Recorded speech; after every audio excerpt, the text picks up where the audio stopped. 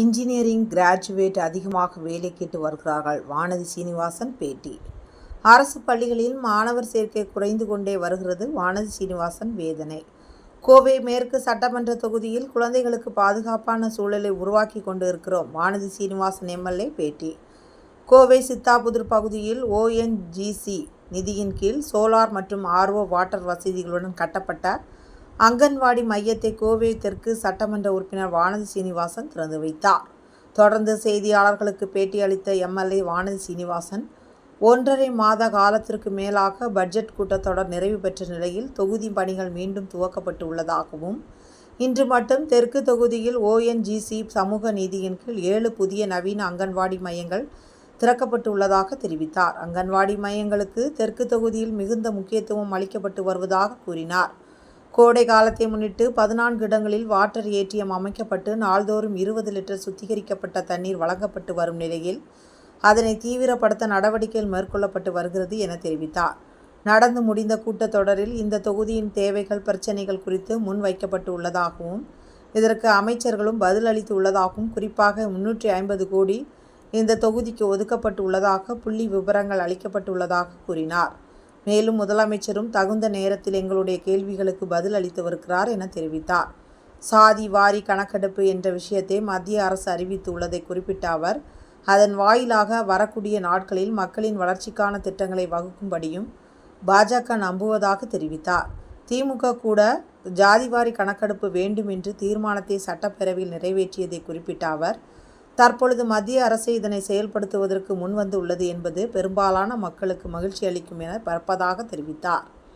மத்திய அரசு எந்த திட்டத்தை அறிவித்தாலும் தேர்தலுக்கான அறிவிப்பு என்று கூறுவதால் தான் ஒரே நாடு ஒரே தேர்தல் என்ற இலக்கை நோக்கி செயல்படுவதாக தெரிவித்தார். அடுத்து வரக்கூடிய மக்கள் தொகை கணக்கெடுப்பில் பொருளாதார முன்னேற்றம் என்பது முக்கியமானதாக இருக்கும் எனவும் தெரிவித்தார்.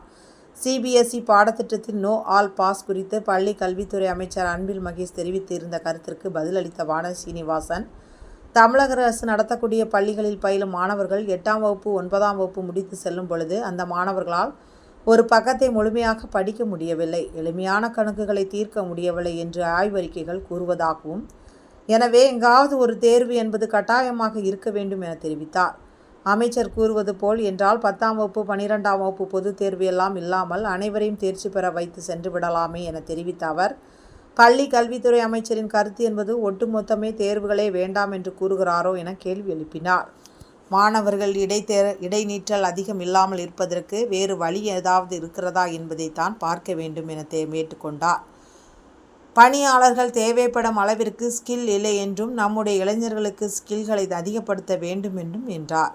தமிழ்நாட்டில் அரசாங்க பள்ளிகளில் குழந்தைகள் சேர்ப்பு என்பது குறைந்து கொண்டே வருவதாகவும், தனியார் பள்ளிகளில் குழந்தைகள் சேர்ப்பு என்பது அதிகரித்து கொண்டே வருவதாகவும் தெரிவித்தார். தமிழ்நாட்டை பிற மாநிலங்களுடன், குறிப்பாக வட மாநிலங்களுடன் ஒப்பிட வேண்டாம் என கேட்டுக்கொண்ட அவர், கிட்டத்தட்ட 40 வருடங்கள் பின்தங்கிய மாநிலங்கள் தற்பொழுது தான் வளர்ச்சி அடைந்து வருவதாக தெரிவித்தார். தமிழ்நாட்டில் உள்ள பெற்றோர்கள் நீட் தேர்வு எழுதக்கூடிய மாணவர்கள் ஒவ்வொரு வருடமும் அதிகரித்து கொண்டே வருவதாகவும், இதன் மூலம் நீட் தேர்வை மாணவர்கள் ஏற்றுக்கொள்ள ஆரம்பித்து விட்டார்கள். சமுதாயத்தில் தற்போது நீட் தேர்வு ஏற்றுக்கொண்டு விட்டதாக தெரிவித்தார். நீட் தேர்வு என்பது திமுக மற்றும் கூட்டணிகளுக்கு தான் அரசியல் பிரச்சனையை தவிர்த்து மக்களுக்கு எந்த பிரச்சனையும் இல்லை என தெரிவித்தார். கோவை மாவட்டத்திற்கு பொறுப்பு அமைச்சர் இல்லாதது பற்றி திமுக தான் யோசிக்க வேண்டும் எனவும், முதலமைச்சர் அவரது அமைச்சரவை சகாக்களை மாற்றிக்கொண்டே இருக்க வேண்டிய சூழல் இனி வரும் காலங்களில் அதிகமாக நடைபெறும். குறிப்பாக அடுத்து வரக்கூடிய சட்டமன்ற தேர்தலுக்கு முன்பாக தமிழக அமைச்சரவையில் இருக்கக்கூடிய அமைச்சர்களில் எத்தனை பேர் அமைச்சர் என்கின்ற அடைமொழியே இல்லாமல் மக்களை சந்திக்கப் போகிறார்கள் என்பதை ஒரு வருடத்தில் பாருங்கள் என தெரிவித்தார். கோவையில் நடைபெற்ற தாவேகா நிகழ்ச்சி குறித்தும் அதில் விஜய் பேசியது குறித்துமான கேள்விக்கு பதிலளித்த அவர், சினிமா பின்புலத்தில் இருந்து வரக்கூடிய நபர் என்பதால் சாதாரணமாகவே அவரை பார்ப்பதற்கு ஆர்வம் வரும். அரசியல் கட்சியாக மக்களின் பிரச்சனைகளை எவ்வாறு கையில் எடுக்கிறார்கள், உள்ளூர் மக்களின் குரலை எவ்வாறு பிரதிபலிக்கிறார்கள் என்பது எல்லாம் அரசியல் கட்சிகளுக்கு அடிப்படை. எனவே வரக்கூடிய காலத்தில் அதனை பார்க்கலாம் என தெரிவித்தார். ஒவ்வொரு நாளும் சட்டம் ஒழுங்கு பிரச்சனைகள் தொடர்ந்து அதிகரித்து வருவதாகவும் சட்டமன்றத்தில் அவர்கள் அளித்துள்ள அறிக்கைகளே தெரிவிக்கிறது என தெரிவித்த அவர், அரசாங்கம் இவற்றுக்கெல்லாம் நடவடிக்கை எடுக்க வேண்டும். குறிப்பாக போதைப் பொருள் மீது நடவடிக்கை எடுக்க வேண்டும் என கேட்டுக்கொண்டார். போதைப் பொருட்கள் வட மாநிலங்களிலிருந்து வந்தாலும் சரி, வெளிநாடுகளிலிருந்து வந்தாலும் சரி, யார் தவறு செய்தாலும் நடவடிக்கை எடுக்க வேண்டும் என கேட்டுக்கொண்டார். கூட்டணி குறித்து ஏற்கனவே அறிவிக்கப்பட்டு விட்டது. ஆனால் எத்தனை தொகுதி, யார் வேட்பாளர்கள் என்பதையெல்லாம் நாங்கள் அறிவிக்க முடியாது. தேசிய தலைமைதான் முடிவு செய்யும் என தெரிவித்தார். சாதிவாரி கணக்கெடுப்பு என்னால் தான் அறிவிக்கப்பட்டது என்று முதலமைச்சர் கூறியிருப்பது குறித்தான கேள்விக்கு பதிலளித்த அவர், யாரோ கஷ்டப்பட்டு குழந்தையை கொண்டு வந்து கொடுத்தால் பெயர் வைப்பது என்ன கஷ்டம் என்பது போல் இருப்பதாக சாடினார். சட்டப்பேரவைத் தலைவருடைய குறுக்கீடுகள், நேரம் குறைவாக கொடுத்தல் என்று பல்வேறு பிரச்சனைகள் இருந்தாலும் கூட அதற்கிடையே கோவை தெற்கு சட்டமன்ற தொகுதி மக்களுடைய நலன்களை பாதுகாக்கின்ற விதத்தில் நாங்கள் செயல்பட்டிருக்கிறோம். பாரதிய ஜனதா கட்சியினுடைய ஒவ்வொரு உறுப்பினர்களும் இதற்காக தங்கள் பங்கினை ஆற்றியிருக்கிறார்கள் என்பது எங்களுக்கு பெருமை. இவை இல்லாமல் மிக முக்கிய முடிவாக மத்திய அரசு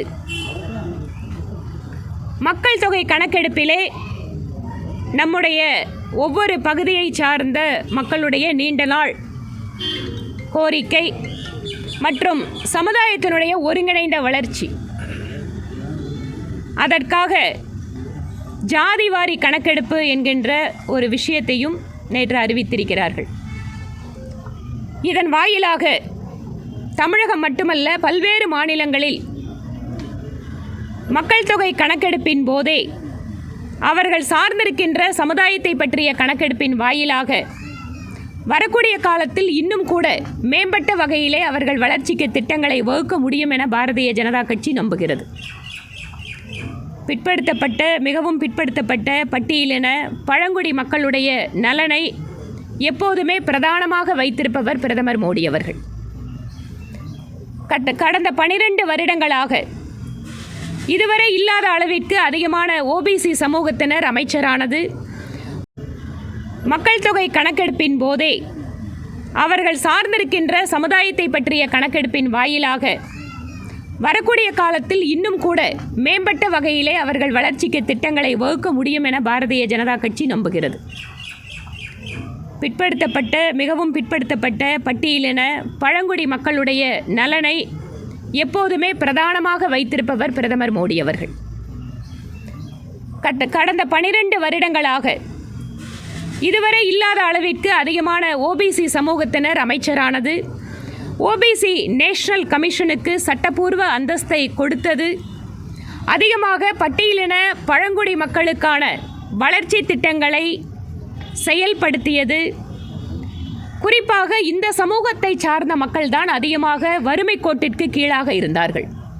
இவர்களுக்கென்று நிறைவேற்றப்பட்ட பல்வேறு அடிப்படை தேவைகள் தொடர்பான திட்டங்கள், அது ஸ்வச் பாரத் என்று சொல்கின்ற தூய்மை பாரத இலக்கின் கீழாக கட்டப்பட்ட கழிப்பிடங்கள், ஏற்படுத்தப்பட்ட நீர்நிலைகள், அனைவருக்கும் குடிநீர் திட்டம் ஜல்ஜீவன் மிஷன், அனைவருக்கும் வீடு திட்டம் ஆவாஸ் யோஜனா, அனைவருக்கும் வங்கி கணக்கு ஜன்தன் யோஜனா என்று ஒவ்வொரு திட்டங்களிலேயுமே கோடிக்கணக்கான மகளிர், அதுவும் குறிப்பாக மகளிருக்கு தான் அதிகமான திட்டங்களை கொடுத்திருக்கிறார். இலவச எரிவாயு இணைப்பு, வங்கி கடன் திட்டத்திலே பெண்களுக்கு முன்னுரிமை என்று பெண்களுடைய மேம்பாடு என்பது இந்த இன்க்ளூசிவ் குரோத்தில் மிக முக்கிய ஃபேக்டராக இருந்திருக்கு.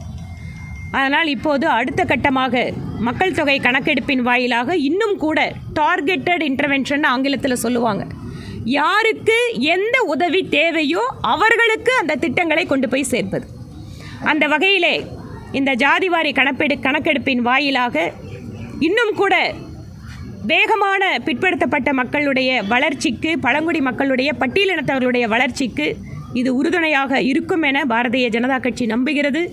இதற்காக பாரத பிரதமர் மோடி அவர்களுக்கு மீண்டும் ஒரு முறை எங்களுடைய நன்றியை தெரிவித்துக் கொள்கிறோம்.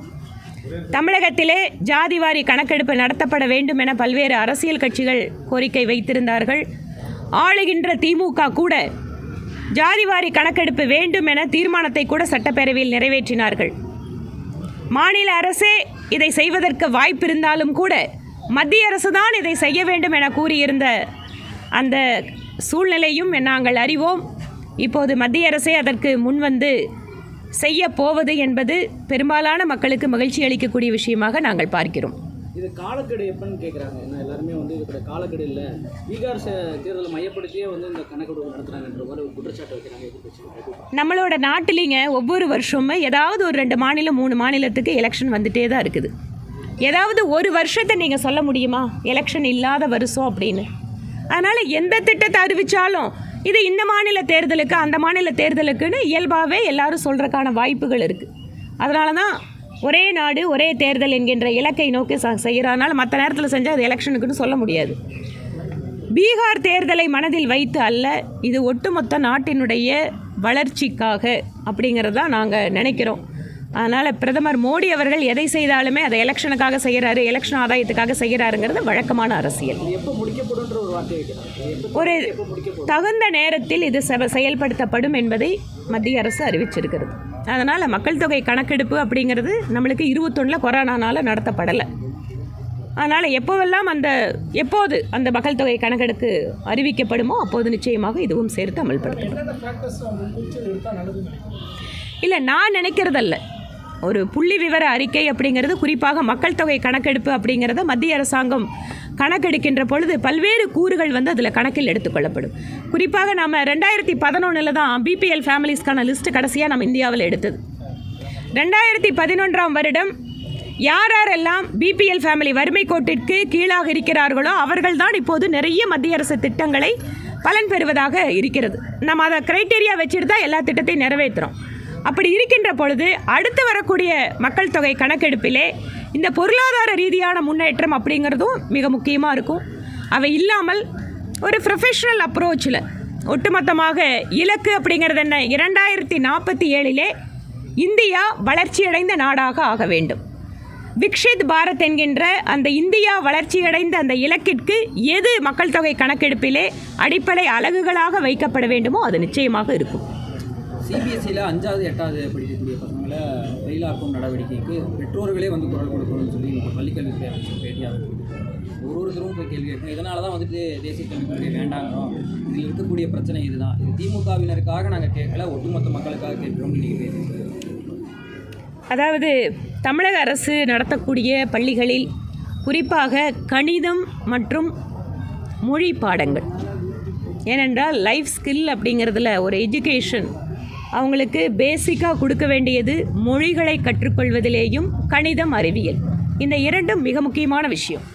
ஆனால் சர்வதேச அளவும் சரி இந்திய அளவிலேயும் சரி பல்வேறு ஆய்வுகள் என்ன சொல்லுதுன்னா, அந்த குழந்தைங்க 8வது 9வது தாண்டி போகிறாங்க, ஆனால் அவங்களால ஒரு பக்கத்தை முழுதாக படிக்க முடியவில்லை. ரொம்ப சிம்பிளான ஒரு மேத்தை கூட அவங்களால போட முடியாத ஒரு சூழல் இருக்குது அப்படிங்கிறத ஆய்வறிக்கைகள் நிறைய சொல்கிறாங்க.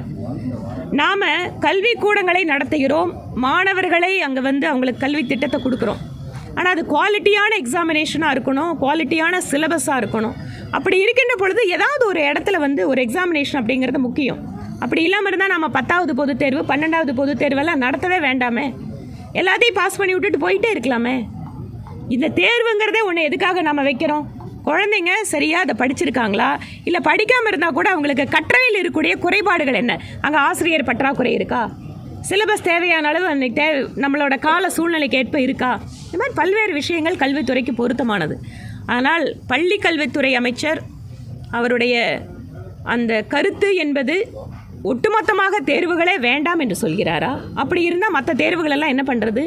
போட்டித் தேர்வுகளுக்கெல்லாம் என்ன ஒரு அளவுகோல் வச்சுக்கலாம்? இப்போ ஐஏஎஸ் ஐபிஎஸ்க்கெல்லாம் ஒரு அளவுகோல் இருக்குது, யூபிஎஸ்சி தேர்வுன்னு. அப்போ அந்த தேர்வெல்லாம் வந்து நம்ம எப்படி வந்து பண்ண போகிறோம்? இப்போ தான் தமிழ்நாட்டில் யூபிஎஸ்சி தேர்வில் நாங்கள் அதிகமாக எண்ணிக்கையில் வந்திருக்கோம் அப்படிங்கிறத சட்டப்பேரவையில் சொன்னாங்க. அதற்காக சிறப்பு பயிற்சி மையங்கள் இருக்குது, ப்ரிலிம்ஸில் செலக்ட் ஆனவங்களுக்கு மாத எவ்வளவுன்னு உதவித்தொகை இருக்குது. இதெல்லாமே எந்த அளவில் வந்து இந்த மாநில அரசு தேர்ந்தெடுக்குது? எக்ஸாம் வச்சு தானே தேர்ந்தெடுக்கிறாங்க.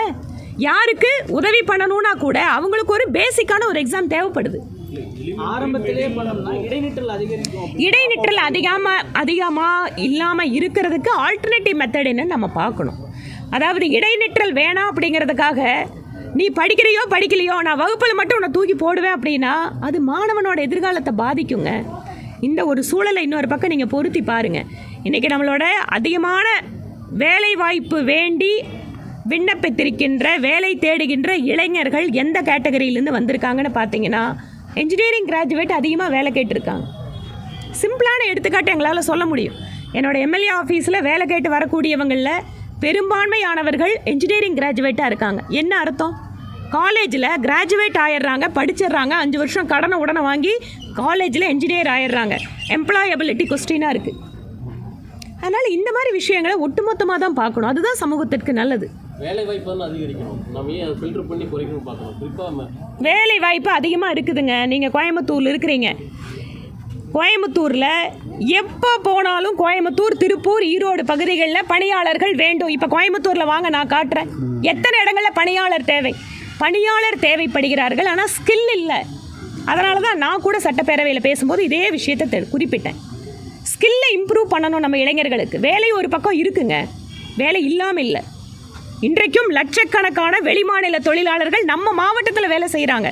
அது சின்ன வேலைங்க, அதுக்கு நாங்கள் போக மாட்டோம். இல்லை எங்களுக்கு அதனால் என்ஜினியரிங் கிராஜுவேட்டு கூட அதிகமாக வேலை கொடுக்குறது நம்ம மாவட்டம். ஆனால் இப்போவும் தேவைப்படக்கூடிய ஸ்கில்லோட ஆட்கள் இல்லை. இது ஒரு பெரிய கேப் இருக்குது. இதை நம்ம ஃபில் பண்ணி ஆகணும். இடைநிற்றல் அப்படிங்கிறது இது ஒரு நீங்கள் கம்ப்ளீட் எஜுகேஷன் சிஸ்டத்தை இந்த ப்ரெஸ் மீட்டில் டிஸ்கஸ் பண்ணணுன்னு எதிர்பார்க்குறீங்க. இடைநிற்றலும் இல்லாமல் இருக்கணும், அதே சமயம் அந்த குழந்தைங்களுக்கு நல்ல எஜுகேஷனும் கிடைக்கணும்.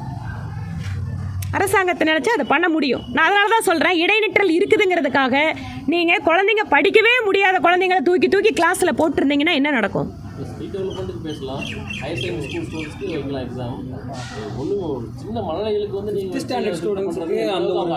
ஏங்க மழலைகளுக்கு அவங்க என்ன சொல்லி கொடுத்துருக்காங்களோ அதுதாங்க கேட்குறாங்க.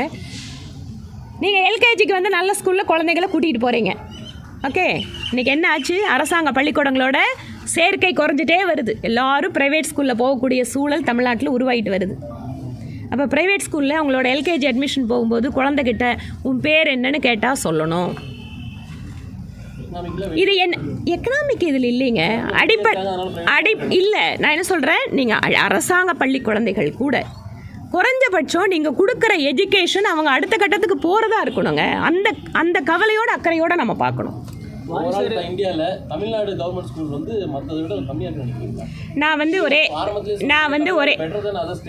அதனால தான் சொல்கிறேன், don't compare Tamil Nadu state with other Indian state, particularly north Indian state.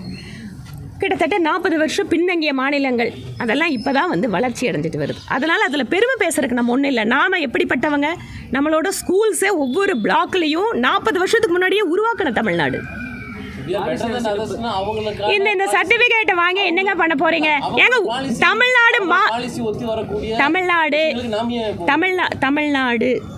தமிழ்நாட்டோட இலக்கை நீங்க உயரமா வச்சு அதை நோக்கி நகருங்க. நீங்க சொல்லுங்க தம்பி, நீங்க சொல்லுங்க தம்பி.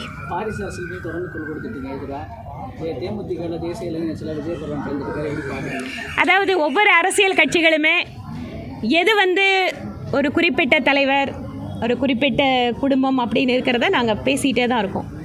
அந்த கட்சியில் இருக்கக்கூடிய நபர்கள் ஒரு ஜனநாயக கட்சி அப்படின்னு வரும்போது அவர்களுடைய தேர்வு அப்படிங்கிறது அவங்களுடைய குடும்பத்தில் இருக்கிறதா இருக்குது. ஆனால் அதே சமயம் வாரிசு அரசியலை நோக்கி அதிகாரங்கள் முழுக்க குவிவதை எப்போதும் பாரதிய ஜனதா கட்சி அதை மக்களுக்கு எடுத்து சொல்லிட்டு தான் இருக்கு.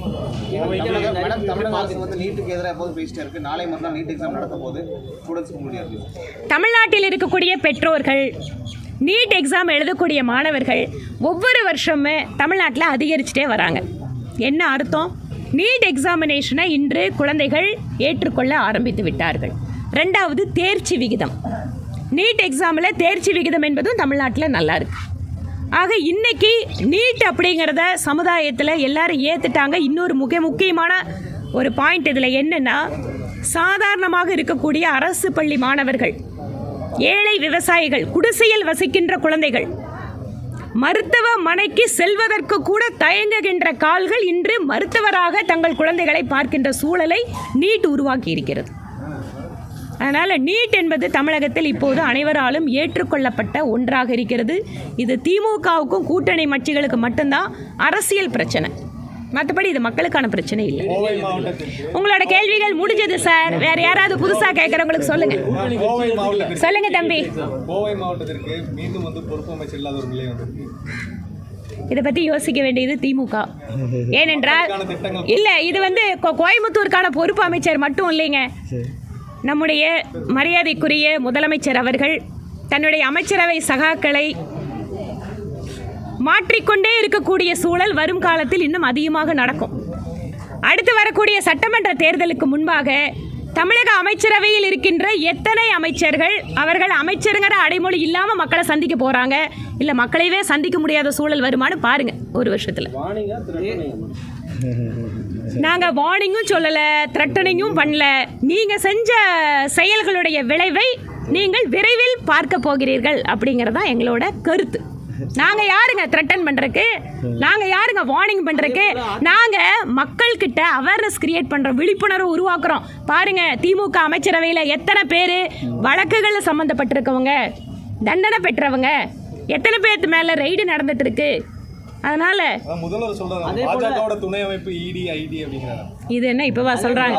அவங்க மேல வந்தா மட்டும் அது பாஜக துணை, இப்ப வேற யாராவது வேலை பண்ணா? அதிமுக அமைச்சருடைய வழக்குகள்லாம் நிறைய முடித்து வைக்கப்பட்டிருக்குது. அது மேல நடவடிக்கை எடுக்காம திமுக அமைச்சருடைய பழிவாங்க. இந்த ஒவ்வொரு வழக்குமே அவங்கவங்க நீதிமன்றத்தை சந்திக்கிறாங்க, நீதிமன்றத்தில் அவங்களோட தரப்பை சொல்றாங்க. திமுக அமைச்சர்களும் நீதிமன்றத்தின் வாயில என்ன நீதி இருக்குதோ வாங்கட்டும். நாங்கள் யாராவது நீதிமன்றத்துக்கு போக வேண்டாம் எங்கேயாவது தடுக்கிறோமா? நீதிமன்றத்துக்கு போனால் தான் தெளிவாக சொல்கிறாங்களே, நீங்கள் இத்தனை குற்றம் பண்ணியிருக்கீங்க, இதுக்கு பதில் சொல்லுங்கன்னு தான் கேட்குறாங்களே. சிறுவாணி தண்ணி போல ஆட்சி அமைப்போம் அப்படின்னு சொல்லி கோவை வந்து விஜய் சொல்லிட்டு போயிருக்காரு. கோவையில் இந்த கூட்டத்தை எப்படி பார்க்குறீங்க? நடிகர் வரும்போது பார்க்குறக்கு அப்படிங்கிறது ஆர்வம் இருக்கும். இன்னும் டைம் இருக்குது. ஒரு அரசியல் கட்சியாக எப்படி அவர்கள் மக்கள் பிரச்சனையை எடுக்கிறார்கள், உள்ளூர் மக்களுடைய குரலை அவர்கள் எப்படி பிரதிபலிக்கிறார்கள் அப்படிங்கிறதெல்லாம் ஒரு அரசியல் கட்சிக்கு அடிப்படை. அதனால் வரக்கூடிய காலத்தில் அதை பார்ப்போம். ஈரோட்டில் மறுபடியும் சிவகிரியில் பகுதியில் மைதான பகுதியில் தோட்டத்தில் கொலை செய்யப்பட்டிருக்காங்க. ஈரோட்டு மாவட்டத்தில் சிவகிரிங்கிற இடத்துல தோட்டத்துக்குள்ள வயதான தம்பதி கொலை பண்ணியிருக்காங்க. ஒவ்வொரு நாளும் சட்டம் ஒழுங்கு தொடர்பாக இந்த படுகொலைகள், பெண்களுக்கு எதிரான குற்றங்கள், குழந்தைகளுக்கு எதிரானது, போதைப் பொருட்களுடைய நடமாட்டம், இவை எல்லாமே தமிழகத்தில் அதிகரித்து இருக்கிறது என்பதை சட்டப்பேரவையிலே அவர்கள் கொடுத்திருக்கின்ற அறிக்கையே சொல்கிறது. ஆனால் நாங்கள் இதை சொன்னோன்னா, இல்லை நீங்கள் வந்து அப்படியெல்லாம் எதுவுமே இல்லை, நீங்கள் வந்து மக்களுக்கு விழிப்புணர்வு அதிகமாகிடுச்சு அதனால் கேஸுக்கு வராங்கன்னு சொல்கிறாங்க. இது என்னங்க பதில்? இது மக்களுக்கு விழிப்புணர்வு அதிகனால அதிகமாக கிரைம் நடக்குமா? எஸ், நீங்கள் பெண்களுக்கு எதிரான குற்றங்களில் குறிப்பாக பாலியல் பலாத்கார வழக்குகளில் இந்த நீங்கள் சொல்கிற ஃபேக்டர் ஓகே, ஏன்னா அதிகமாக அந்த குற்றத்தை ஒரு சொல்கிறதுக்கு வரமாட்டாங்க. ஆனால் சாதாரணமாக நடக்கக்கூடிய கொள்ளைகள் இவையெல்லாம் வந்து எப்படி வந்து அவேர்னஸ்னால வரும், இது நடக்கிறதால வருது. அதனால் ஒவ்வொரு நாளும் நீங்களே செய்தி சேகரிக்கும் போது பார்க்குறீங்க எத்தனை குற்றச் செயல்கள் நடக்குது. குறிப்பாக தனியாக இருக்கின்ற முதியவர்களை குறிவைத்து அவர்கள் கொல்லப்படுவது, பணத்திற்காக நகைகளுக்காக கொலை நடப்பது, செயின் திருட்டு, இவையெல்லாம் வந்து இன்றைக்கி அதிகரித்து கொண்டு தான் இருக்கிறது. அரசாங்கம் இதை வந்து தகுந்த நடவடிக்கை எடுக்க வேணும். குறிப்பாக போதைப் பொருள் தொடர்பாக எல்லாத்தோட கவலை இருக்குது. இளைஞர்கள் வந்து இன்றைக்கி சர்வசாதாரணமாக போதை புழக்கத்தில் வந்து இருக்கிறாங்க. ஆமாங்க, யார் இருந்தாலும் தப்பு செஞ்சாலும் அதை அரெஸ்ட் பண்ணணும், கண்காணிக்கணும். எங்கேருந்து வந்தாலும் வடமாநிலம் மட்டும் இல்லைங்க, பக்கத்தில் வெளிநாடுகளிலிருந்து கூட வருது. வெளிநாடுகளிலிருந்து வரவங்களையும் கவனிக்கணும். நன்றிங்க. கூட்டணி தொடர்பாக ஏற்கனவே மத்திய உள்துறை அமைச்சர் அறிவிச்சிட்டாரு. அதனால் அதில் எந்த ஒரு குழப்பமும் யாருக்கும் இல்லை. நீங்கள் என்டிஏ வரும்போது ஒவ்வொன்றா சொல்லுவோம் உங்களுக்கு. எங்ககிட்ட வரும்போதெல்லாம் நாங்கள் எப்பெல்லாம் வெளிப்படையாக அறிவிக்கிறோமோ அப்போ அறிவிப்போம். கோவையில் பாஜக 5 சீட்டுங்கிறாங்க. இங்கே பாருங்கள், கூட்டணி விவகாரத்தை பொறுத்த வரைக்கும் கூட்டணி அமைச்சாச்சு. எந்த தொகுதி, எத்தனை தொகுதி, யார் வேட்பாளர்கள் அப்படிங்கிற கேள்விகளுக்கெல்லாம் நாங்கள் பதிலளிக்க முடியாது. இதை முடிவு செய்ய வேண்டியது தேசிய தலைமை. தேசிய தலைமை என்ன சொல்லுதோ அதை கேட்டு நடக்கிறது தாங்க எங்கள் கட்சியினுடைய ஒவ்வொரு தொண்டர்களுக்கும் இடப்பட்டிருக்கக்கூடிய ஒரு கடமை. ஒரு கட்சின்னு அப்படி தானே இருக்கணும். என்ன கருத்து வேறுபாடுகள் இருக்கோ கட்சியினுடைய உள்ளரங்களை பேசுறதுக்கு எல்லாத்துக்கும் வாய்ப்பு இருக்குது. ஆனால் கட்சி ஒரு முடிவெடுத்து விட்டால், தேசிய தலைமை முடிவெடுத்து விட்டால், அந்த முடிவினை அமல்படுத்துவது என்பது தான் கட்சியினுடைய ஒவ்வொரு தொண்டர்களுடைய ஒரு பொறுப்பாக இருக்க வேண்டும் என்பது என்னோட கருத்து.